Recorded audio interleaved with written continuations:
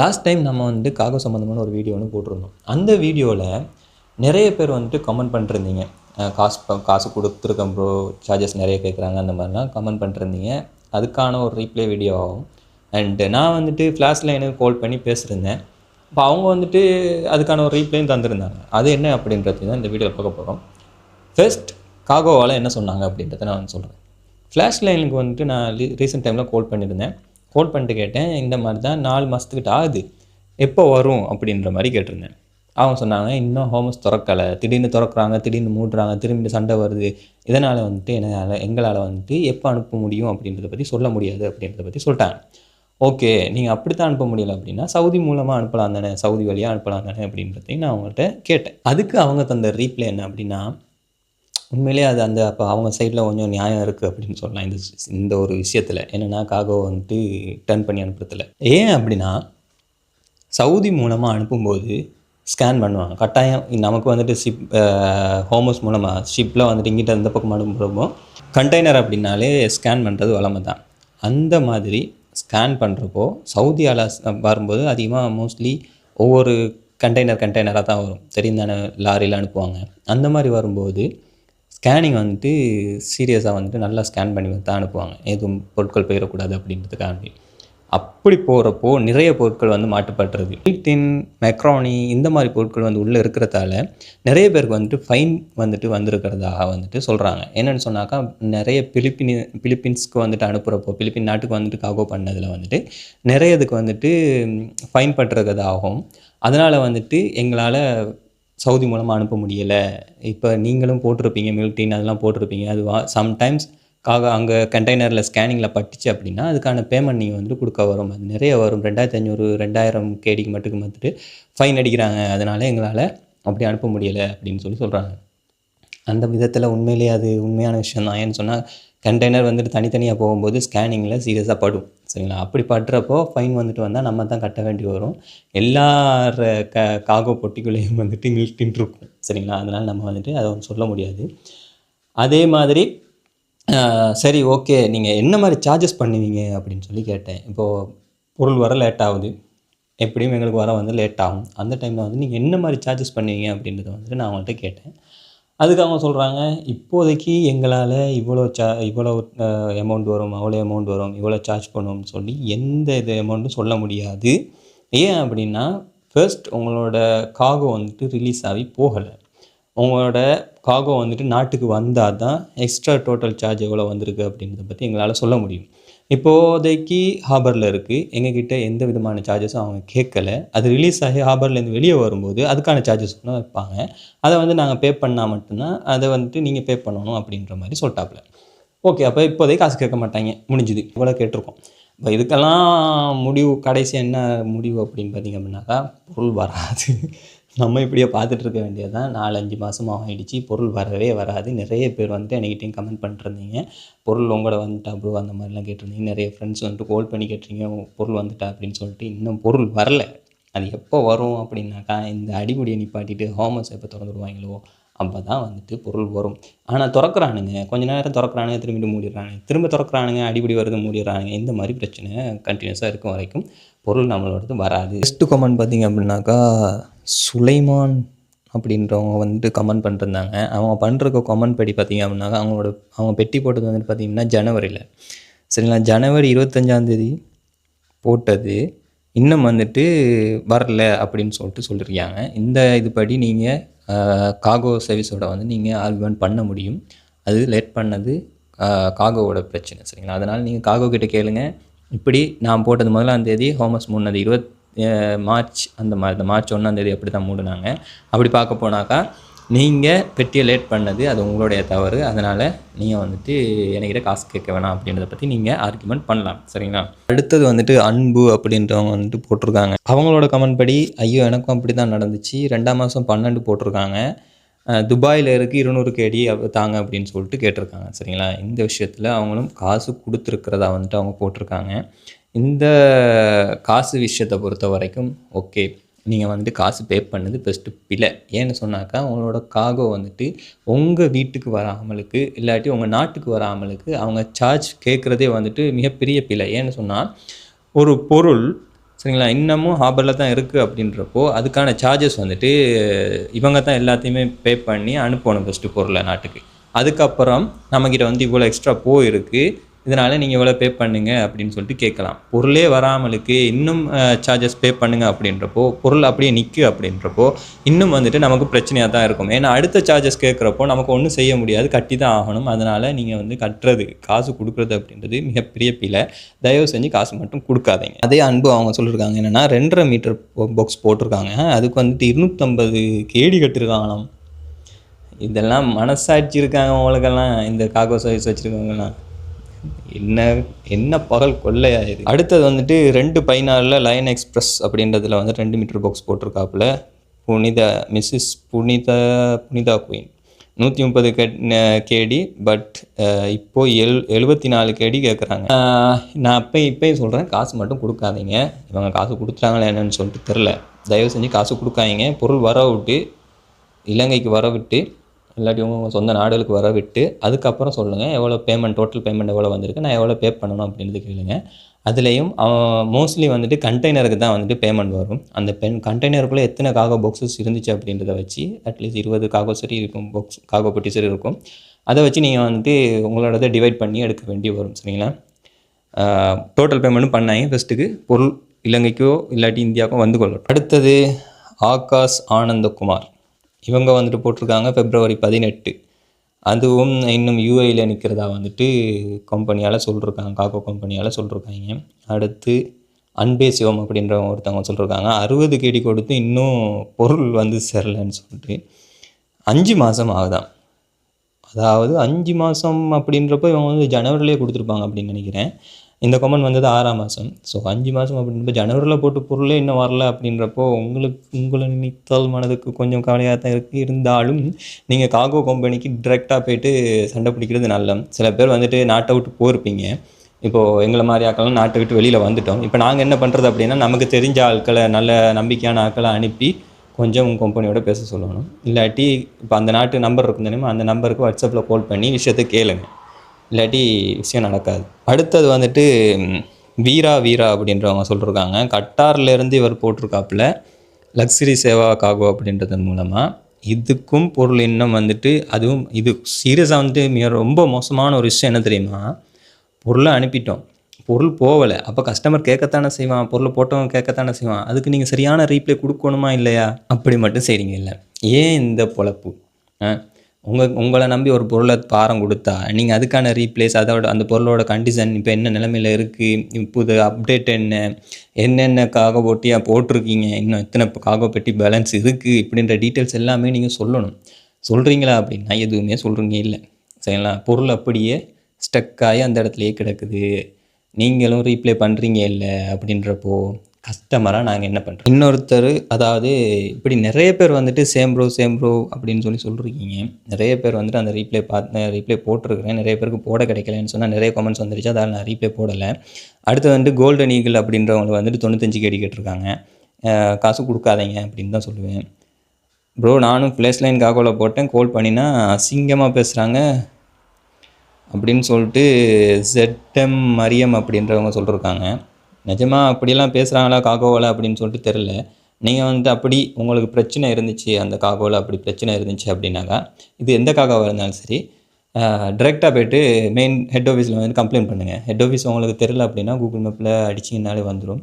Location வந்துட்டு இப்போ flash லைனோட லொக்கேஷன்லாம் என்கிட்ட இருக்குது. நான் டிரெக்டாக போய்ட்டு ஹெட் ஆஃபீஸில் பேசியிருக்கிறேன். அதனால் எனக்கு ஃப்ளாஷ் லைனோட லொக்கேஷன்லாம் தெரியும். நீங்களும் உங்களுக்கு எதுவும் பிரச்சனை அப்படின்னா டிரெக்டாக போய்ட்டு ஹெட் ஆஃபீஸில் பேசுங்க. இல்லாட்டி உங்களுக்கு கஷ்டம். இப்போ இவங்க போட்டிருக்க கமெண்ட் படி பார்த்தா ரொம்ப மோசமான ஒரு சுச்சுவேஷன் இவங்க ஃபேஸ் பண்ணிருக்காங்க. இதை வந்துட்டு என்ன சொல்கிறது, இது வந்துட்டு கட்டாயமாக வந்துட்டு ஹெட் ஆஃபீஸில் வந்துட்டு கம்ப்ளைண்ட் பண்ணியே ஆகணும். இல்லாட்டி லீகலாக வந்துட்டு போலீஸ் மூலமாக நம்ம வந்துட்டு கம்ப்ளைண்ட் பண்ணியே ஆகணும். இதெல்லாம் தவறான ஒரு விஷயம். சரிங்களா. ஸோ அந்த ZM மரியம் அப்படின்றவங்க சொல்லியிருக்காங்க ஜனவரியில் போட்டிருக்காங்க. ஜனவரியில் போட்ட பொருள் இன்னும் வரல அப்படின்னா கஸ்டமராக கால் பண்ணி கேட்கத்தானே செய்வாங்க. இதுக்கெல்லாம் தவறாக பேசுகிறது வந்துட்டு சீரியஸாக வந்துட்டு உண்மையிலே ஏற்றுக்கொள்ள முடியாத விஷயம். இது வந்துட்டு என்ன இது காகோ அப்படின்னு கேட்டிங்கன்னா ஃப்ளாஷ் லைன் அப்படின்னு சொல்லிட்டு அவங்க சொல்லியிருக்காங்க. கொஞ்சம் பிரச்சனைக்குரிய தான். மோஸ்ட்லி எல்லா காகவும் அப்படி தான் இருக்குது. அடுத்தது வந்துட்டு பார்த்திங்கன்னா ஃபதெல்லா பெனின் அப்படின்னு சொல்லிட்டு ஒருத்தவங்க கமெண்ட் பண்ணிருக்காங்க. என்னென்னாக்கா அஸ்ஸலாமு அலைக்கும். சாமான் போட்டு இன்னமும் ஒரு பதிலும் இல்லை. லக்ஸரி குவைத் 188 கேடி. 188 கேடி கட்டினேன். இப்போ 6 மாதம் ஆகுது, இன்னும் ஒரு பதிலும் இல்லை. 188 கேடின்றது சில பேர் ஒரு மாதம் சம்பளம், எங்களுக்கெல்லாம் ஒரு மாதம் சம்பளம் அப்படின்ற மாதிரி தான் வரும், சரிங்களா? அப்படின்றப்போ அவ்வளோ காசை கொடுத்தும் பொருள் வந்து சேரல அப்படின்றப்போ காகோ சர்வீசஸ் இது ரொம்ப மோசமான ஒரு விஷயம். நான் அந்த காகோ சர்வீஸை மென்ஷன் பண்ணியிருந்தேன், அப்படியும் ஒரு ரிப்ளையும் இல்லை. அடுத்தது ஃபயரோஸ் அப்படின்றவங்க சொல்லியிருக்காங்க, முதலாவது போட்ட சாமான் பெட்டியில் இருக்குதா அப்படின்றத செக் பண்ண சொல்லியிருக்காங்க. உண்மையிலேயே அது ரொம்ப ரொம்ப முக்கியமான ஒரு விஷயம். என்னென்னா பொருள் வந்துருச்சா, பொட்டி வந்துருச்சு, பொட்டி வந்துட்டு அப்படின்றதுக்காண்டி எடுத்து வச்சுட்டு சத்தங்கடாமல் இருக்காங்க. ஓப்பன் பண்ணி பாருங்கள், உள்ளுக்கு எல்லா சாமானும் இருக்கா அப்படின்றத பார்த்துக்கோங்க. கிட்டத்தட்ட 4-5 மாதம் அப்படின்றப்போ நிறைய பொருள் எக்ஸ்பயர் ஆகிருக்கும், நிறைய பொருள் டேமேஜ் ஆகிருக்கும். அதெல்லாம் என்ன செய்ய போகிறோம் அப்படின்னே தெரில. இப்போ நான்லாம் நிறைய பொருள் போட்டிருக்கேன், ஃபுட் ஐட்டம்லாம் நிறைய போட்டிருக்கேன். இதில் வந்துட்டு நமக்கு பிடிச்சவங்களுக்கான நம்ம பொருள் வாங்கிட்டு வந்திருப்போம். அந்த பொருள்லாம் உள்ளே அப்படியே ஸ்டக்காகி கிடக்கிறப்போ என்னடா இது, இப்போ இவங்கள்ட்ட நம்ம பார்த்து அவங்கள்ட்ட காட்டி தான் அந்த பொருளை வாங்கியிருப்போம், சரிங்களா? அந்த பொருளை காட்டி வாங்கியிருப்போம். அந்த பொருள் இன்னமும் அப்படியே கிடக்கு அப்படின்றப்போ அது வர்ற கவலை இருக்குது, தெரியுமா? இதுக்கெல்லாம் என்ன முடிவு வரப்போகுது அப்படின்னு தெரில. பொருள் ரொம்ப லேட் ஆகிட்டே இருக்கு. இன்னொருத்தர் தாரிக் 205 அப்படின்றாங்க. நானும் 2ஆம் மாதம் 22 போட்டேன், இன்னும் இல்லை அப்படின்ட்டுருக்காங்க. அடுத்தது வந்துட்டு சிந்துஜன் அப்படின்றவங்க சொல்லியிருக்காங்க, என்னென்னா காகோ போட்ட நாங்கள் கால் பண்ணால் ஃபோனை ஆஃப் பண்ணிட்டு ஆன்சர் பண்ணுறானுங்க இல்லை அப்படின்னு சொல்லி போட்டிருக்காப்புல. உண்மையிலே இது ரொம்ப மோசமான ஒரு இது தான். அடுத்தது நவாஸ் பிரதர், நான் ஜனவரி 28 போட்ட குட்டி. சீரியஸாக ஜனவரியில் போட்டு இன்னும் பொருள் வரலன்னா இவ்வளோ கட்டுப்பாக இருக்குன்னா, இவங்கெல்லாம் பேசி இவங்கெல்லாம் சொல்லி இவங்களுக்கெல்லாம் என்னத்தை புரிய வைக்கிறேன்னே தெரில. காகோ சர்வீசஸ் உண்மையிலேயே இப்படி 45 கமெண்ட்ஸ் வந்துருந்துச்சு, சரிங்களா? இதில் வந்துட்டு நான் மெயினாக பார்த்ததுன்னா, ஜனவரியில் போட்ட பொருள்லாம் வந்துட்டு வரல அப்படின்றப்போ சீரியஸாக ஒரு சாதாரண சாமானிய மனிதனாக ஜனவரி போட்ட பொருள் வரல அப்படின்றப்போ ரொம்ப கஷ்டம், ரொம்ப ரொம்ப ஒரு டிப்ரெஷனுக்குள்ளே போகும். இதில் வந்துட்டு சாதாரணமாக யோசிங்கண்ணே, பொருள் கிட்டத்தட்ட 4-5 லட்சத்துக்கு போட்டிருப்போம், சீரியஸாக போட்டிருப்போம். 1 மீட்டர் 2 மீட்டர்ன்றப்போ 4-5 லட்சத்துக்கு பொருள் வந்திருக்கும். அதே மாதிரி அவங்களுக்கு 60,000 70,000 அப்படின்னு சொல்லிட்டு கட்டியும் அனுப்புகிறோம். 1 மீட்டர் பொட்டிக்கே 60 கிட்ட வருது, 65 கிட்ட வருது. 1.5 மீட்டர் 2 மீட்டர் பொட்டி போகிறப்போ பொருளோட இதுவும் கூடும், விலைகளும் கூடும், பொட்டியோட சார்ஜஸும் கூடும். இப்படி இருக்கிறப்போ சில டைமில் 2 பேர் சேர்ந்து போட்டிருப்பாங்க, 3 பேர் சேர்ந்து போட்டிருப்பாங்க. போட்ட பொருள் வரல அப்படின்றப்போ இந்த 3 பேருக்கு எவ்வளோ கவலையாக இருக்கும். அந்த பொருள் இது உண்மையிலேயே 4-5 மாதம் அப்படின்றப்போ அந்த உள்ளுக்கு இருக்கிற பொருட்களுடைய நிலைமையை வச்சு பாருங்கள். இப்போது எலக்ட்ரானிக் ஐட்டம் அப்படின்னா எந்த பிரச்சனையும் கிடையாது, எவ்வளோ நாளும் கிடக்கும். அதில் வேறு சார்ஜ் போடுற ஐட்டம் அப்படின்னு வச்சுக்கோங்கண்ணே, பெட்ரி கிட்டத்தட்ட 4-5 மாதத்துக்கு சார்ஜ் போடாமல் வச்சுருந்தாலே கொஞ்சம் பெட்ரி இஷ்யூஸ் வர்றதுக்கான சான்சஸ் அதிகமாகவே இருக்குது, சரிங்களா? இது பத்தாது அப்படின்னா ஃபுட் ஐட்டம் அப்படி போயிட்டோம் அப்படின்னு வைங்களேன், இந்த கவலையான டைங்களில் சிரிங்க, துன்பம் வரும் வேலையில் சிரிங்க அப்படின்றது நமக்கு தான் பொறுத்து இந்த பொட்டி போட்டவைகளுக்கு. எனக்கு இதை நினச்சா ஒரு பக்கம் கவலை, இன்னொரு பக்கம் என்ன வாழ்க்கடா இது, அவ்வளோ கஷ்டப்பட்டு பொருளை போட்டு வந்தா வரலையே அப்படின்ற ஒரு கவலை. அதெல்லாம் நினைக்கிறப்போ சரி பரவாயில்ல, ஏதோ நன்மைக்கு தான். என்ன நன்மை, எல்லாம் உணவுப் பொருட்கள் எல்லாமே எக்ஸ்பயர்டு, கிட்டத்தட்ட 5 மாதம் அப்படின்ட்டிங்களா. மோஸ்ட்லி பொட்டி போடுறவங்க எல்லாருமே வந்துட்டு நியர்பை எக்ஸ்பயரில் தான் எடுப்பாங்க. என்னென்னு சொன்னாக்கா இந்த பொருள் என்னது ஆஃபரில் வர பொருட்கள் அது தான் எடுப்பாங்க. அப்படின்றப்போ எல்லா பொருளுமே கிட்டத்தட்ட 5 மாதன்றப்போ முக்கால்வாசி பொருள் எக்ஸ்பயராக இருக்கும். இன்னொரு 2-3 மாதம் போச்சுன்னா 1 இயர் ஆயிரும், சரிங்களா? 1 இயர் ஆச்சு அப்படின்னாக்கா டோட்டலாக எக்ஸ்பயரு. என்னடெல்லாம் முக்கால்வாசி பொருள் இருக்குது 2027 ஜனவரியில் எக்ஸ்பயர் ஆகுது. 2027 ஜனவரியில் எக்ஸ்பயர் ஆகிற கிட்டத்தட்ட 1 இயர் எக்ஸ்பயர் வச்சு தான் நான் பொருள் எடுத்து போட்டேன், சரிங்களா? அப்படி பார்க்க போனாக்க எனக்கு 2027 ஜனவரியோட டோட்டலாக காலி. எல்லா பொருளையும் தூக்கி அப்படி குப்பையில் தூக்கி போட வேண்டி தான் வரும். இப்போ ஆல்ரெடி நிறைய பேர் வந்துட்டு அதான் செஞ்சிட்ருக்காங்க. இப்போ 2-3 பேருக்கு வந்திருக்கு அப்படின்னு வைங்கன்னா, அவங்க எல்லாருமே அதான் செஞ்சிட்ருக்காங்க. ஒன்ஸ் நீங்கள் வந்துட்டு இப்போ என்னோடய ஐடியா என்ன அப்படின்னு கேட்டிங்கன்னா, நீங்கள் இப்போ குவைத்தில் இருக்கீங்க, இல்லை ஏதாவது ஒரு நாட்டில் இருந்துட்டு நீங்கள் காகோ பொட்டி இன்னும் வரல அப்படின்னா காகோ சர்வீஸில் கேளுங்க. பொருளை வாங்கி நீங்கள் அந்த உள்ளே இருக்கிற உணவுப் பொருட்கள்லாம் சாப்பிட்டு மிச்ச பொருள் இருந்தால் தூக்கி அதை போட்டு அந்த ஏதாவது இந்த விளையாட்டு சாமான், அதுக்கப்புறம் வந்துட்டு இந்த எலக்ட்ரானிக் இல்லாத ஐட்டங்கள்லேருந்து இந்த பொருள், இந்த உடுப்பு ஐட்டங்கள் அந்த மாதிரி அது வாங்கியிருந்தீங்க அப்படின்னா அதை கொஞ்சம் கொஞ்சமாக இது ஃப்ளைட் இருக்குது தானே, ஃப்ளைட் காகோ இருக்குது, காகோ இருக்குது, அதில் போட்டு விட்ருங்க. இல்லைன்னு வைங்க, பொருளும் அநியாயம் சரிங்களா, எல்லாமே அநியாயம் அப்படின்ற மாதிரி போயிடும். இப்போ நான்லாம் வந்துட்டேன் சரிங்களா, குவைட்லேருந்து வந்துட்டேன். இப்போ எனக்கு என்ன பண்ணுறது அப்படின்னே தெரில. இப்போ யாராவது அங்கே இருக்கிறவங்களுக்கு கால் பண்ணி இது பண்ணி பொருள் எடுக்கிறேன்னு வைங்களேன், அப்படின்னாலும் எனக்கு கஷ்டம். உங்களுக்கு இருக்கிறது முக்கால்வாசி எலக்ட்ரானிக் ஐட்டம், அதில் ஃபுட்டு காவாசி அரைவாசிக்கிட்டே இருக்குது சரிங்களா. அப்படின்றப்போ எனக்கு வந்துட்டு அதை வந்துட்டு ஃப்ளைட் காகோ ஏர் காகோலையும் போட்டு விட முடியாது, சீ காகோலையும் பொருள் வரதும் இல்லை. அப்படின்றப்போ இப்படி உட்காந்து யோசிச்சுக்கிட்டு பேசிக்கிட்டு இந்த வீடியோவை போட்டுக்கிட்டு இப்படி தான் போய்கிட்டு இருக்கு. இதுக்கு சொல்யூஷன் என்ன அப்படின்னு கேட்டிங்கன்னா, இப்போ உள்ளுக்கு இருக்கிற பொருள் எல்லாத்தையும் எடுத்து சரிங்களா, கவர்மெண்ட்டு எடுத்து அதில் ஒவ்வொரு பொட்டிக்கு எவ்வளோ வெளியே வருது அப்படின்ட்டு பார்த்து அந்த அமௌண்ட்டை நமக்கெல்லாம் தந்துருச்சு கவர்மெண்ட் அப்படின்னா நமக்கு கொஞ்சம் யூஸ்ஃபுல்லாக இருக்கும். அதாவது குவைட் கவர்மெண்ட் சரிங்களா, அப்படி தான் இப்போ அப்படி தான் இப்போ செய்யணும். இல்லாட்டி காகோ சர்வீஸால் என்ன பண்ணணும் அப்படின்னா, ப்ரோ உங்களோட பொருட்கள்லாம் இவ்வளோ இருக்குது, நம்மளுக்கு தெரிஞ்ச யாரையாவது அனுப்பி இந்த மாதிரி பொருட்கள்லாம் இருக்குது எல்லாத்தையும் எடுத்து நாங்கள் எடுத்துக்கிடுறோம், அதுக்கான பேமெண்ட் நான் உங்களுக்கு போட்டு விட்ருவோம் அப்படின்னு சொல்லிட்டாங்க அப்படின்னா முடிஞ்சுது சரிங்களா. என்ன பொட்டி காசை மறந்துட வேண்டியதான், பொட்டி காசை இந்த அவனுக்கு கொடுத்த சர்வீஸ் சார்ஜ் எல்லாத்தையும் மறந்துட வேண்டியதான், அதை தரமாட்டாங்க, அது வேறு விஷயம். இந்த பொருட்களை வேணால் நம்மளை ஆளுங்களை வச்சு யாரையாவது வச்சு அதை செயலுக்கு போட்டு அப்படி எடுத்துக்கிற வாய்ப்பு இருந்தால் செய்யலாம். ஆனால் அப்படி நம்பிக்கையாக செய்யவும் முடியாது. ஏன்னா நம்ம போட்ட பொருள் எல்லாமே வந்துட்டு இப்போதைக்கு நல்ல வெளியூரில் தான் இருக்கும் சரிங்களா. நான் வந்துச்சு அப்படின்னா தான் என்ன சொல்கிறதுனே தெரிலங்க, என்ன ஐடியா பண்ணுறது, என்ன பிளான் பண்ணுறது, எதுவுமே விளங்க மாட்டேங்குது. நடுவில் உட்காந்துக்கிட்டு கடவுளே கடவுளே கடவுளேன்னு கடவுளை கூப்பிட்டு கடவுளும் ஹெல்ப் பண்ண அவளுக்கு என்னத்தை சொல்கிறதுனே விளங்கலை. சரி, இப்போ உங்களோட ஐடியாவை சொல்லுங்கள். என்னென்னா மெயினாக நான் உங்கள் எல்லாருக்குமே சொல்கிறேன் என்ன அப்படின்னாக்கா, காசு கேட்டால் கொடுக்கவே கொடுக்காதீங்க. காசு கேட்டு கொடுத்துட்டீங்க அப்படின்னா பொருள் வந்துடுச்சு அப்படின்னா மட்டும் கொடுங்க சரிங்களா. பொருள் வந்துடுச்சு அப்படின்னா காசு அதுவும் ஃபுல்லாக கொடுக்காதீங்க. ஃபஸ்ட்டு கண்டெய்னருக்கு எவ்வளோ போட்டாங்க, அதுக்குள்ளே எத்தனை காகோ பாக்ஸ் இருந்துச்சு, அதை எத்தனையால் பிரித்து கொடுங்க. மொத்தமாக கேட்டான்னு சொல்லி கொடுத்துருவீங்க சரிங்களா, அது ஒரு விஷயம். அடுத்தது வந்துட்டு காகோ சர்வீசஸ்க்கு நீங்கள் கால் பண்ணி இல்லாட்டி நேரில் ஹெட் ஆஃபீஸுக்கு போய் இங்கே நம்ம இறங்கி வேலை செய்யலை அப்படின்னா நமக்கு எந்த சொல்யூஷனுமே கிடைக்காது அப்படின்றது தான். நான் இப்போதைக்கு ஃப்ளாஷ் லைனுக்கு கால் பண்ண வரைக்கும் எனக்கு கிடைச்ச அப்டேட் அதுதான். ஸோ நீங்கள் இப்போ என்ன கண்டிஷனில் இருக்கீங்க, இப்போது நீங்கள் போய்ட்டு காகோ சர்வீஸோட பேசுனீங்களா, அவங்க என்ன சொல்கிறாங்க அப்படின்னு பாருங்கள். நீங்கள் இல்லை, நீங்கள் அந்த நாட்டில் தான் இருக்கீங்க, இப்போ அந்தந்த நாட்டில் இருக்கீங்க அப்படின்னா டைரெக்டாக போய்ட்டு ஹெட் ஆஃபீஸில் பேசுங்க. அங்கே இருக்கக்கூடிய மெயின் பிரான்ச்சில் பேசுங்க அப்படின்னா ஒரு சொல்யூஷன் கிடைக்கும். இல்லைன்னா யோசிக்க வேண்டிய ஒரு விஷயம் சரிங்களா.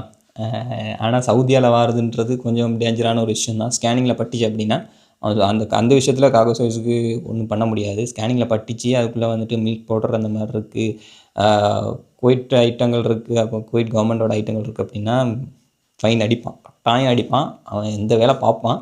அதில் கொஞ்சம் அதுக்கும் உஷாராகிக்கோங்க சரிங்களா. ஸோ உங்களோட ஐடியா என்ன அப்படின்றத கமெண்ட் பண்ணுங்கள். எனக்கு நிறைய விஷயம் வந்துட்டு என்ன பண்ணுறது, இந்த ஸ்டக்காகி நிற்கிறதால வந்து என்னோட மண்டையும் ஸ்டக்காகி நிற்கிது, என்ன பண்ணுறதுன்னு தெரில. அதான் வீடியோ போட்டு உங்களோட புலம்பிக்கிட்டு இருக்கேன், புலம்புறேன். என்னோட கவலை எல்லாத்தையும் உங்ககிட்ட புலம்புறேன்.